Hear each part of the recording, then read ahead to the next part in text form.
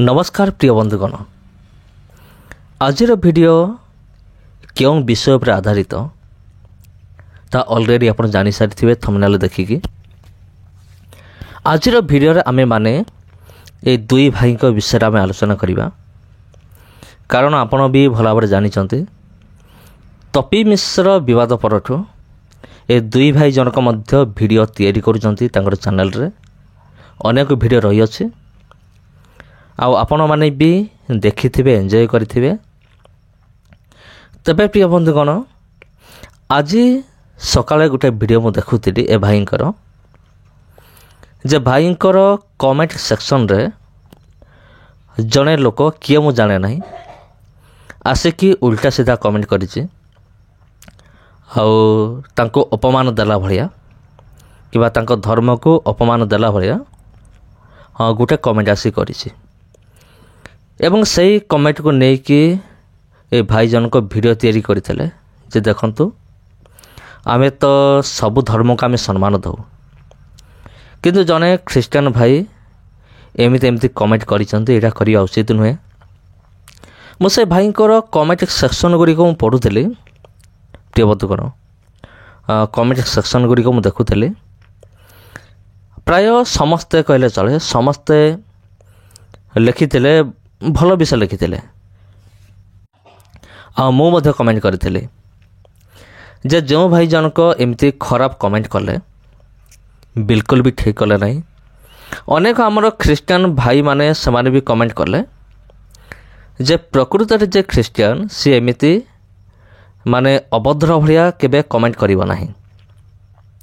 तबे जा भी हो, जदि ए दुई भाई जनक मोर ए वीडियो को देखु थांती तबे मु समान को गोटे मु रिक्वेस्ट करी माने हृदय सहित गोटे रिक्वेस्ट करी आउ ए विषय कहला पूर्वर मु मो निज विषय मु किसी विषय मु जाना पे चाहे जहा फल मु जहा किसी कहबी सेटा बुझिबा निमंते भाई मान को सुविधा हम बा सहज हम से सहज बुझी पारे से निमंते मु मोर निजर गोटे उदाहरण मु नेबा पई चाहे जे मु मध्य जने यूट्यूबर मु जने प्रभु जीशुंकर लोक प्रभु जीशु को विश्वास करे आउ प्रभु जीशु निकट प्रार्थना करे बाइबल अध्ययन करे आउ केवल प्रभु जीशु ख्रीष्टर विषय को नहीं रिलेटेड वीडियो गुड़िक मु तैयारी करे आउ अनेक समय अनेक गुड़े कंट्रोवर्सी को लेकिन मु वीडियो तैयारी करे आउ वीडियो मु तैयारी करे एमिति किसी वीडियो मो चैनल रही अच्छे हुए तो अन्य माने भावुथिबे तुमे एमती वीडियो तुमे काहे तैयारी कल। तबे गोटे विषय मु कहि रखुछि मु वीडियो मु तैयारी करे जेतेबेले मु देखे कौन सी ख्रिस्टियन विरोधी जदि जीशु को विरुद्ध रे किसी कहिला आ बाइबल को नहीं कि जीशुंकर चरित्र को आक्षेप करके जदि किए वीडियो तैयारी कला तबे ताकू काउंटर करिया निमंते एक मो अनेक काउंटर वीडियो मु तैयारी करिछि, किंतु अनेक को लगे जे मु हिंदू धर्म विरुद्ध रे वीडियो तैयारी करूछि सेमति नुहे। मु केवल सेई मान को जवाब दबा निमंते मो वीडियो मु तैयारी करे सेटा अलग विषय।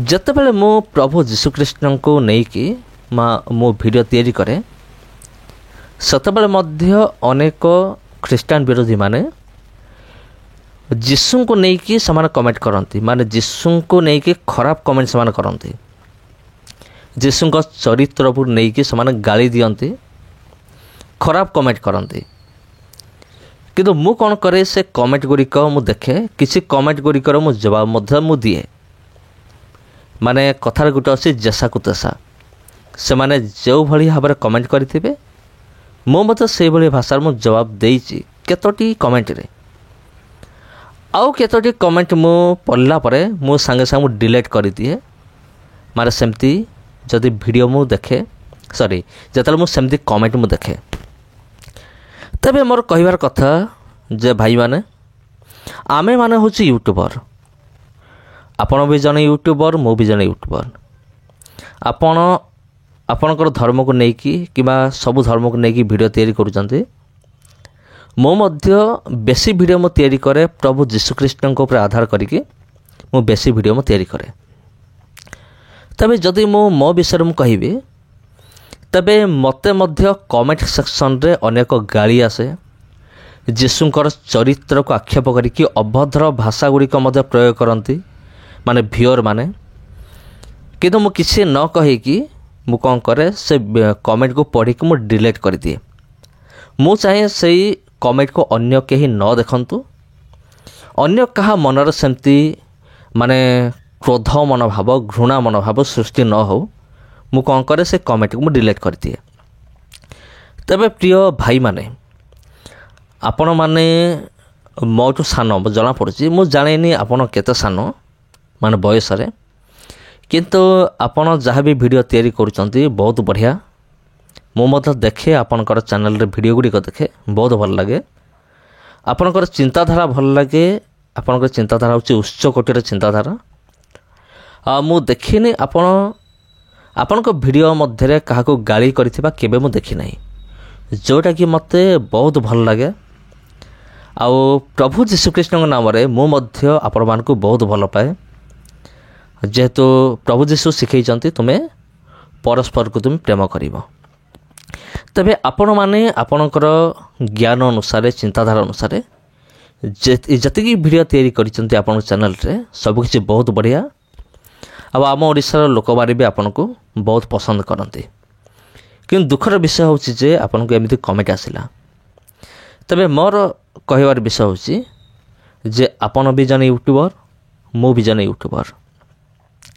ତେବେ ଆମ୍ଭେମାନେ ଯେହେତୁ ୟୁଟ୍ୟୁବର, ଆମ୍ଭମାନଙ୍କୁ ଭଲ କମେଣ୍ଟ ଏବଂ ଖରାପ କମେଣ୍ଟ ଦୁଇଟା ଯାକ ମିଶାଇକି ଆସିବ, ନିହାତି ଆସିବ। ଯେ ଆମେମାନେ କେବେ କହିପାରିବାନି ଯେ ଲୋକମାନେ ଆମକୁ କେବଳ ଭଲ କମେଣ୍ଟ କରିବେ, ଆମେ କେବେ କହିପାରିବା ନାହିଁ। କି ଲୋକମାନେ ଆମକୁ ସବୁବେଳେ ଖରାପ କମେଣ୍ଟ କରିବେ, ଏଇଟା ବି କହିପାରିବା ନାହିଁ। ଯଦି ମୋ ଚ୍ୟାନେଲ କଥା ମୁଁ କହୁଛି, ମୋର ଚ୍ୟାନେଲରେ ପ୍ରତିଦିନ 24 ଘଣ୍ଟା ମଧ୍ୟରେ ଯଦି 100ଟା କମେଣ୍ଟ ଆସିଥାଏ, 100ଟା କମେଣ୍ଟ ଭିତରୁ ନିହାତି 10-15ଟା କମେଣ୍ଟ ମାନେ ଖରାପ ଭାଷାରେ ଲେଖା ହେଇଥିବ, ଯୀଶୁଙ୍କୁ ଗାଳି ଦେଲା ଭଳିଆ, ଯୀଶୁଙ୍କ ଚରିତ୍ରକୁ ଆଧାର କରିକି, ଯୀଶୁଙ୍କର ମା ଯେଉଁ ମରିୟମ ତାଙ୍କର ଚରିତ୍ରକୁ ମଧ୍ୟ ଆଧାର କରିକି ଅନେକ କମେଣ୍ଟ ଗୁଡ଼ିକ ଆସେ। କିନ୍ତୁ ପ୍ରିୟ ଭାଇମାନେ, ଯଦି ଆମେ ସେ ସମସ୍ତ ବିଷୟକୁ ଧରି ରଖିବା, ତେବେ ଆମେ କେବେ ମଧ୍ୟ ଆମେ ଆଗକୁ ବଢ଼ିପାରିବା ନାହିଁ। ପ୍ରଭୁ ଯୀଶୁଖ୍ରୀଷ୍ଟ ଆମକୁ ଶିଖାଇଛନ୍ତି ଆମେ ପରସ୍ପରକୁ କ୍ଷମା କରିବା। ସେଇଟା ଆପଣଙ୍କ ଉପରେ ନିର୍ଭର କରେ, ଆପଣ କ୍ଷମା କରିବେ କି ନାହିଁ। ଆଉ ଯଦି ଆପଣ ମୋ ଭିଡ଼ିଓ ଦେଖୁଛନ୍ତି, ତେବେ ମୋତେ ଟିକେ ସେଇ ନମ୍ବରଟା ଦିଅନ୍ତୁ, ତା ମୋବାଇଲ ନମ୍ବର ଯଦି ଅଛି, ଯିଏ ଆପଣଙ୍କୁ ଖରାପ କମେଣ୍ଟ କରିଛି। ମୁଁ ପର୍ସନାଲି ତାଙ୍କ ସହିତ ଡିସ୍କସନ୍ କରିବି, କଥାବାର୍ତ୍ତା ହେବି। ଦେଖାଯାଉ ସେ କ'ଣ ପାଇଁ ଏମିତି କମେଣ୍ଟ କଲେ ଜଣାପଡ଼ିବ। କିମ୍ବା ଆପଣ ନିଜେ ମଧ୍ୟ ଫୋନ୍ କରିକି ମାନେ ପଚାରିପାରିବେ। ଯଦି ଆପଣଙ୍କ ପାଖରେ ଫୋନ୍ ନମ୍ବର ନାହିଁ, ଥରେ ଟ୍ରାଏ କରନ୍ତୁ ତାଙ୍କର କମେଣ୍ଟକୁ ଯାଇକି ରିକ୍ୱେଷ୍ଟ କରନ୍ତୁ ତାଙ୍କର ଫୋନ୍ ନମ୍ବର ମାଗିବା ନିମନ୍ତେ। ମୁଁ ମଧ୍ୟ ଟ୍ରାଏ କରିବି। ଆଉ ଯଦି ମିଳିଗଲା, ଦୟାକରି ମୋତେ ମଧ୍ୟ ସେ ଫୋନ୍ ନମ୍ବର ମୋତେ ଦେବେ। ତେବେ ଖରାପ କମେଣ୍ଟ ଏବଂ ଭଲ କମେଣ୍ଟ ଦୁଇଟା ଯାକ ଚ୍ୟାନେଲରେ ଆସିବ, ମାନେ ନିହାତି ଆସିବ। ଆମେ କେବେ କହିପାରିବାନି ଯେ ଆମକୁ କେବଳ ଲୋକମାନେ ଭଲ କମେଣ୍ଟ କରିବେ।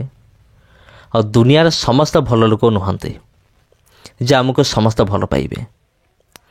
ଜଣେ ବ୍ୟକ୍ତି ତା ଜୀବନରେ ମାନେ ଯେତେ ବଡ଼ ଭଲ କାମ କରୁନା କାହିଁକି, 100ରୁ 100 ଭାଗ ଲୋକ ତାକୁ କଦାପି ଭଲ ପାଇବେ ନାହିଁ।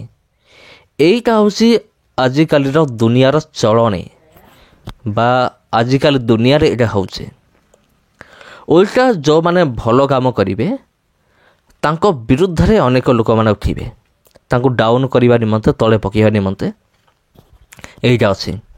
ତେଣୁ ମୋତେ ବି ଲୋକମାନେ ଖରାପ କମେଣ୍ଟ କରନ୍ତି, କିନ୍ତୁ ମୁଁ ମାଇଣ୍ଡ କରେ ନାହିଁ। ଅନେକ ଭଲ କମେଣ୍ଟ କରନ୍ତି, ମୋର ମୋତେ ଟେକି ହେବାର ନାହିଁ ଯେ ଯାହା ହଉ ମୋତେ ଭଲ କମେଣ୍ଟ କରୁଛନ୍ତି।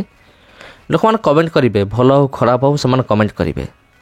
ତାପରେ ଆଉ ଗୋଟେ ବିଷୟ ହେଉଛି, ଏଇସବୁ କଥା ଗୁଡ଼ିକୁ ମନରେ ନ ରଖି ଆଉ ଖାତିର ନ କରିକି ଆମକୁ ଆଗକୁ ବଢ଼ିବାର ଅଛି।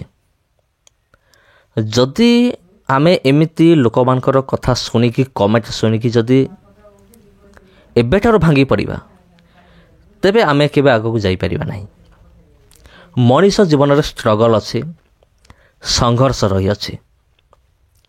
ଏ ସଂଘର୍ଷକୁ ଅତିକ୍ରମ କରିକି ଯିଏ ଆଗକୁ ଯାଇପାରିଲା ସେ ହିଁ ତା'ର ଲକ୍ଷ୍ୟସ୍ଥଳରେ ପହଞ୍ଚିପାରିବ।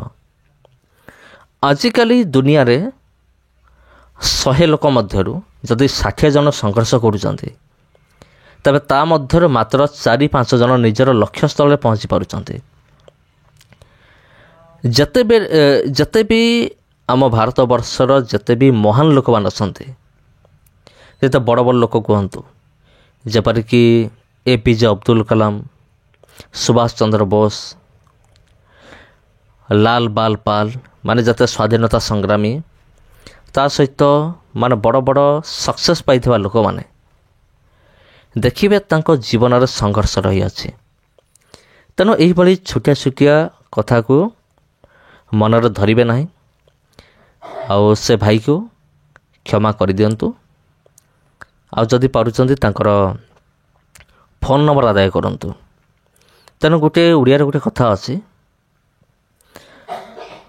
ହାତୀ ଚାଲେ ମଜାରେ, କୁକୁର ଭୁକେ ହଜାରେ। କୁକୁରମାନେ ତାଙ୍କର ତ ଭୁକିବା କାମ ଭୁକିବେ, କିନ୍ତୁ ହାତୀର କାମ ହେଉଛି କ'ଣ, ସେ ମଜାରେ ସେ ଚାଲିବ। ତେଣୁ ସମସ୍ତଙ୍କୁ ଆନ୍ତରିକ ନମସ୍କାର। ପ୍ରିୟ ବନ୍ଧୁମାନେ, ମୋର ଏଇ କହିବା ଭିତରେ ଯଦି ବା କୌଣସି ଜାଗାରେ ଭୁଲ ହେଇଥାଏ ତେବେ ମୋତେ କ୍ଷମା କରିବେ। ଆଉ ମୋର କହିବା ଭିତରେ ଯଦି କିଛି ଭୁଲ ରହିଗଲା ତାକୁ କମେଣ୍ଟ ବକ୍ସରେ ଲେଖନ୍ତୁ, ଯାହାଫଳରେ ମୁଁ ଚେଷ୍ଟା କରିବି ମୋର ଏ ଭୁଲକୁ ସୁଧାରିବା ନିମନ୍ତେ। ସମସ୍ତଙ୍କୁ ନମସ୍କାର।